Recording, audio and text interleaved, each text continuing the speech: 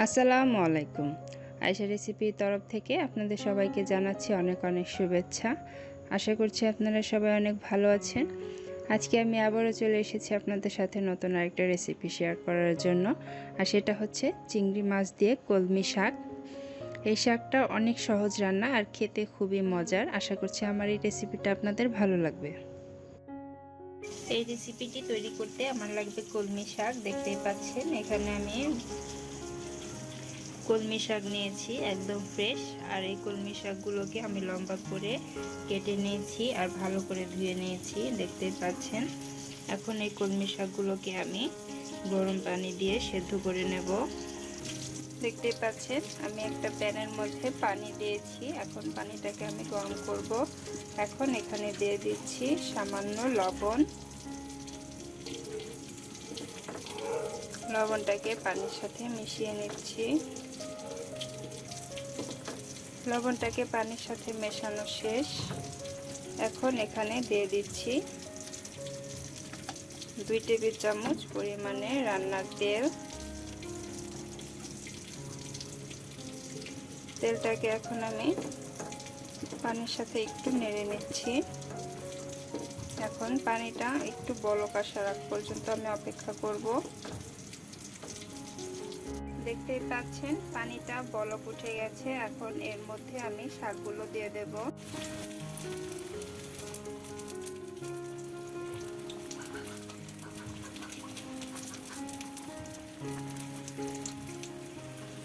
এভাবে আমি শাকগুলোকে সেদ্ধ করে নিচ্ছি।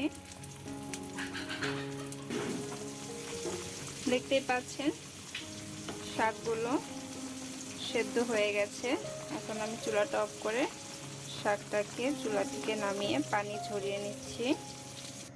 এখন প্যানের মধ্যে দিয়ে দিচ্ছি সামান্য তেল। এখন এখানে দেখতে পাচ্ছেন আমি নিয়েছি চিংড়ি মাছ, শুকনো মরিচ, রসুন কুচি আর পেঁয়াজ কুচি সব এখানে দিয়ে দিচ্ছি।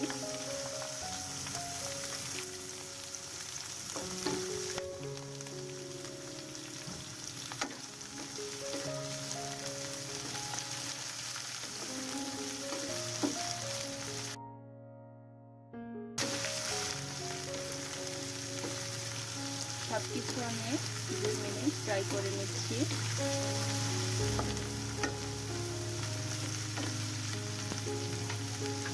দিয়ে দিচ্ছি পরিমাণ মতো লবণ।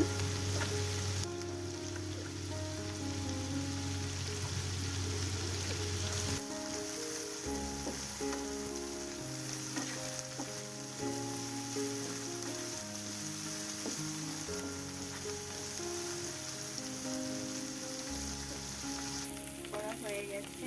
এখন এখানে আমি শাকগুলো দিয়ে দিচ্ছি।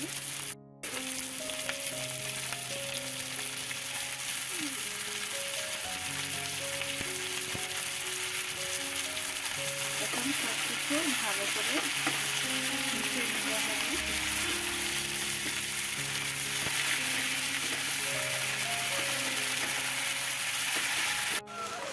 দেখতেই পাচ্ছেন শাকগুলো মিক্স করা হয়ে গেছে।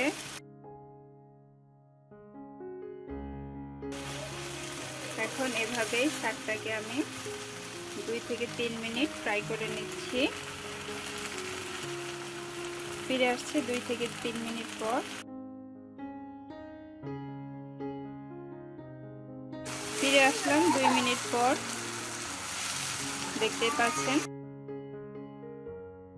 শাকটা একদম রেডি হয়ে গেছে। তো এখন আমি চুলাটা অফ করে দিচ্ছি।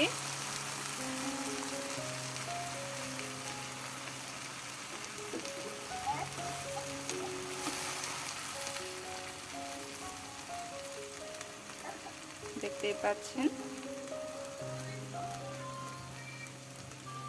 তৈরি হয়ে গেছে খুবই মজাদার চিংড়ি মাছ দিয়ে কলমি শাক। দেখতেই পাচ্ছেন খুব সহজভাবেই এই রেসিপিটা তৈরি করে নিয়েছি আর খেতে খুবই মজার।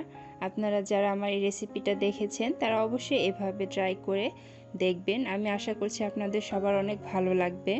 আর যদি ভালো লাগে তাহলে অবশ্যই কমেন্টস করে জানাবেন, আমার ভিডিওতে একটা লাইক দিবেন, শেয়ার করবেন, সেই সাথে চ্যানেলটাতে সাবস্ক্রাইব করবেন পরবর্তী রেসিপিগুলো দেখার জন্য। সাথে থাকার জন্য ধন্যবাদ সবাইকে। আল্লাহ হাফেজ।